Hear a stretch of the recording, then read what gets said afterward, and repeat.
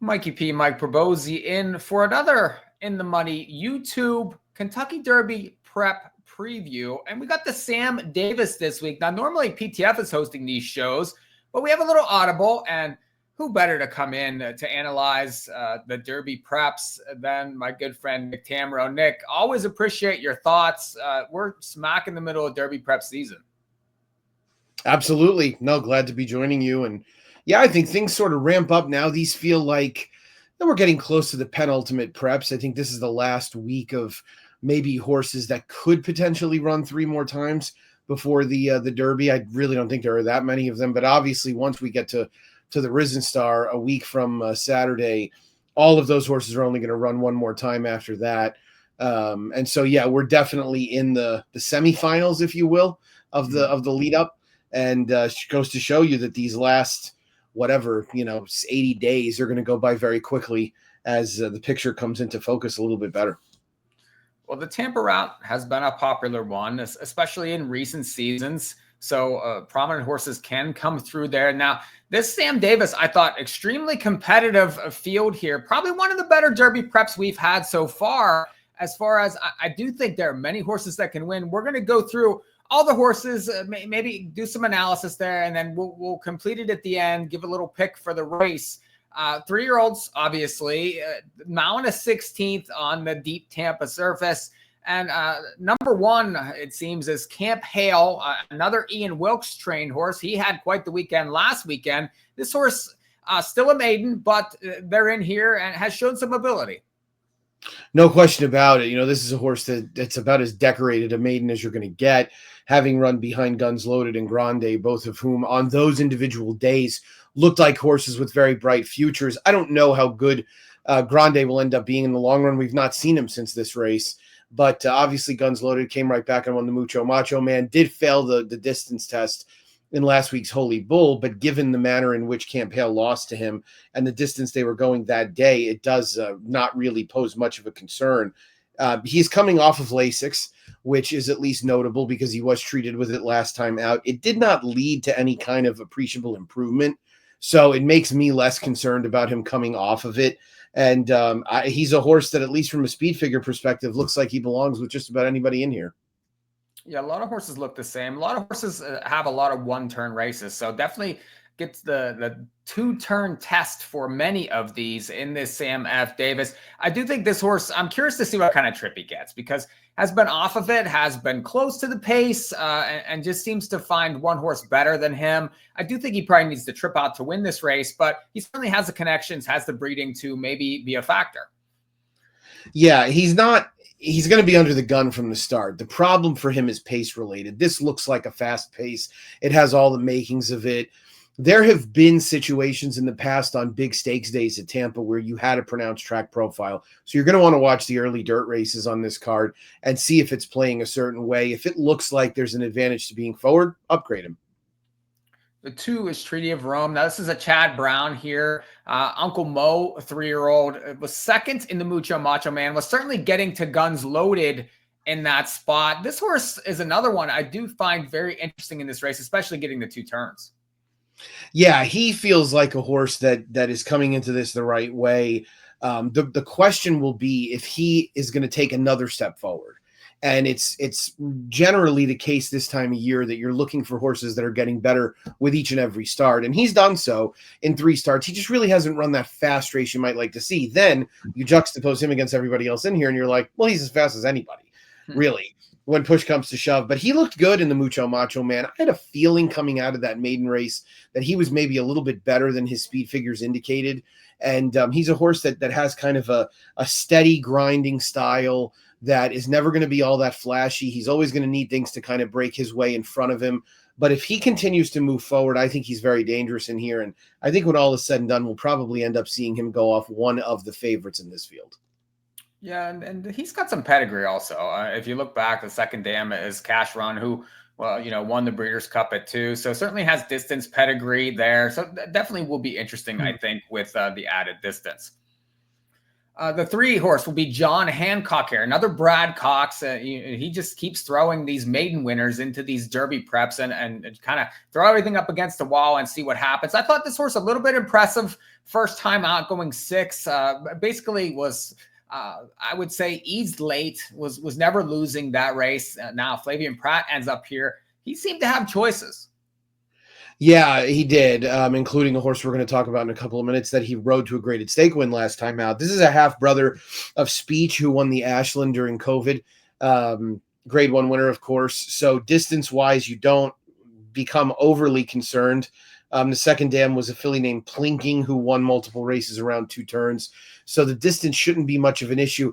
These horses are just such a hard read, Mikey. It's soft trip. Wired the field at Tampa. Now, Brad's obviously got his string at Gulfstream and wanted to run this horse, I guess, in what he thought would be maybe a little bit softer spot.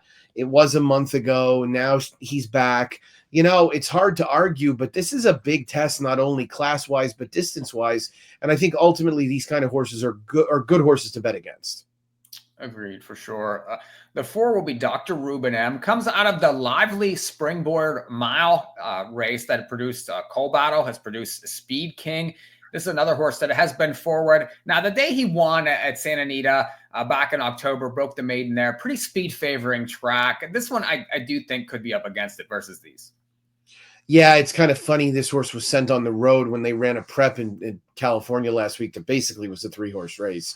But Doug O'Neill wanting, I guess, what he thought would be a little bit softer spot.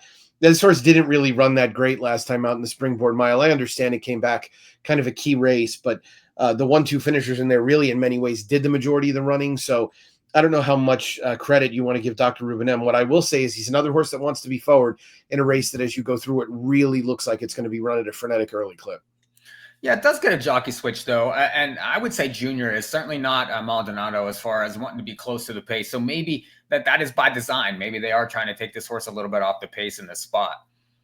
No, that's a good point. I think it's very likely he's in more of a rating spot early, which might actually help a great deal. I don't want to shortchange him in that respect, but it does feel like he's a little bit more of a second tier type.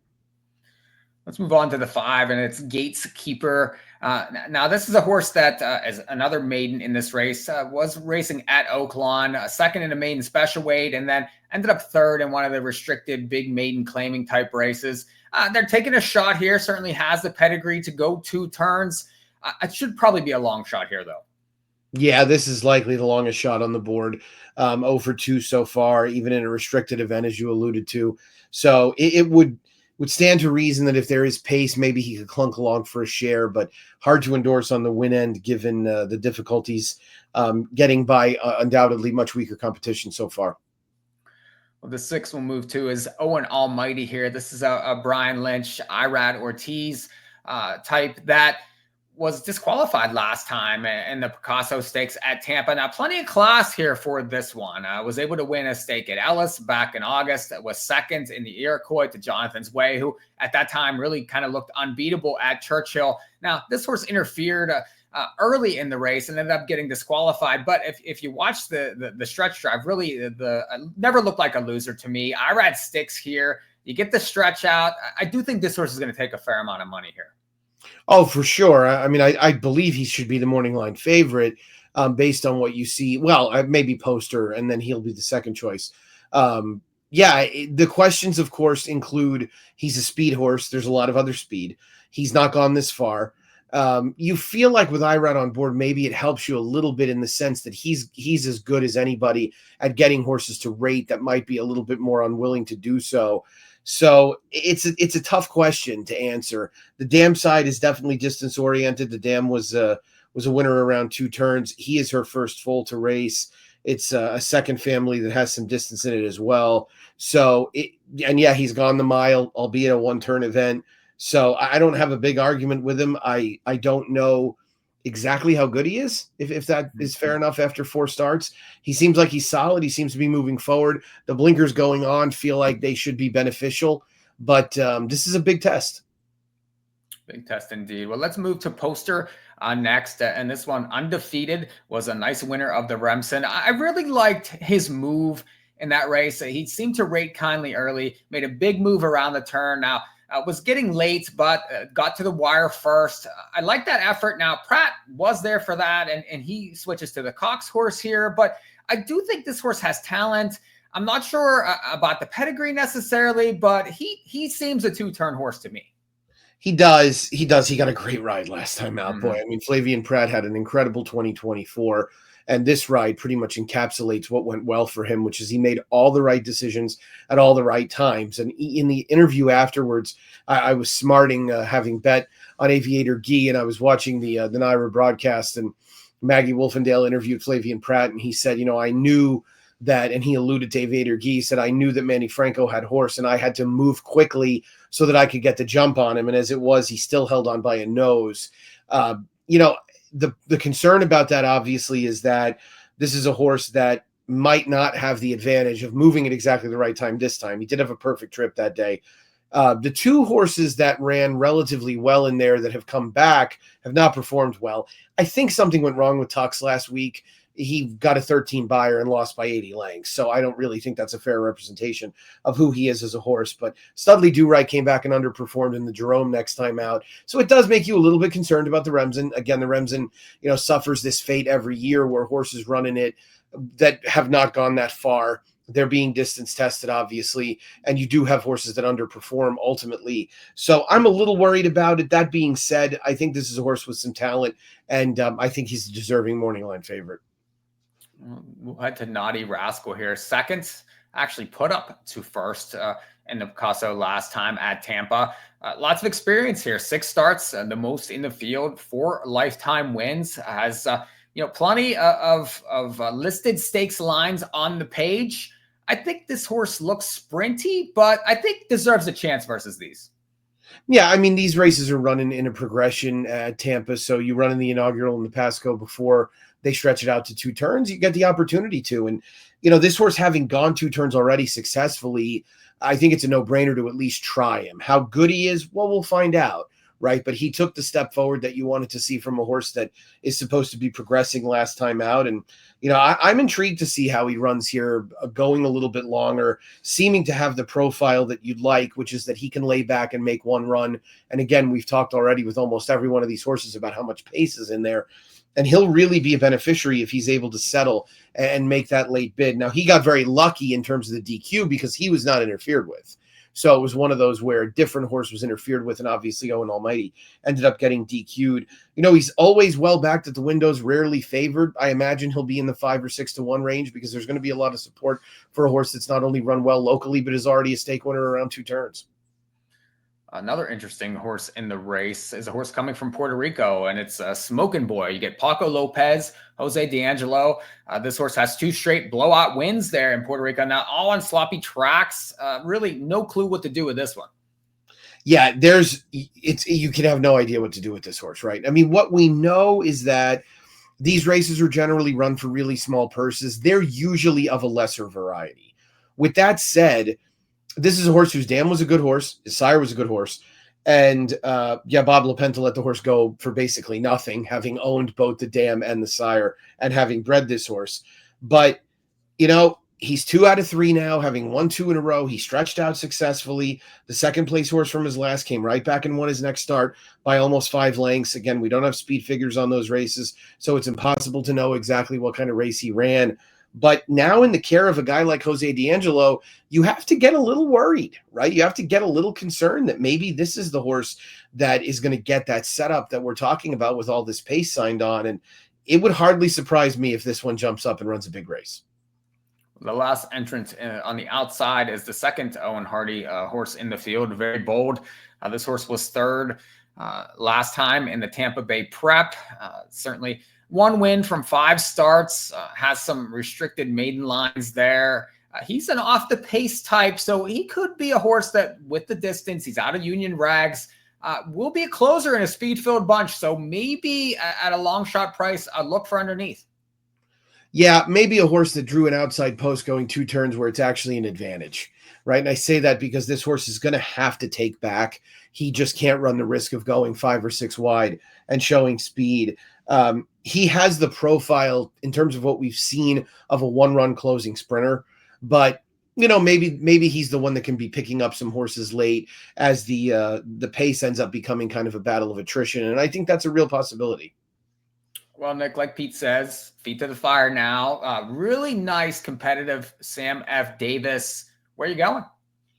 Yeah, I'm going to take Treaty of Rome. I think Dylan Davis is going to get this horse into the right spot. And I don't really want a deep closer, but I want a horse that's going to be making up ground late. I think he fits the profile of Tampa well with that grinding style, and sort of reminds you of the race Domestic Product ran in last year's Tampa Bay Derby, where he sort of wore everybody down. I'm hopeful that a similar trip is kind of in the offing here. And this is a horse that I still hold out some hope is probably better and we've definitely not seen his best yet. So it'll take his best to win this. It'll obviously take much better for him to be successful down the line. So I'm hopeful that still might be a club in his bag. I'm going to try Poster. I know he got a perfect trip last time, but he's 3 for 3. He's a distance horse in a race filled with a lot of one-turn type horses that need to prove themselves. I do think that this horse is probably going to make that same kind of move. It's just going to be a matter of, is he good enough? I know Prat doesn't end up here, but maybe eventually he might end up here at some point. So I do think the price is probably going to be lower than I want, but I do think ultimately that he's going to wear this field down if he gets that setup he's supposed to. So Poster for me in the Sam Davis. Well, it's been a production of In the Money Media. We'd like to thank Nick for checking in with us and taking care of these Triple Crown preps. We went a little long, but this is a good race and only one prep this week. So hopefully you settled in and enjoyed this, and we'll see you guys next time.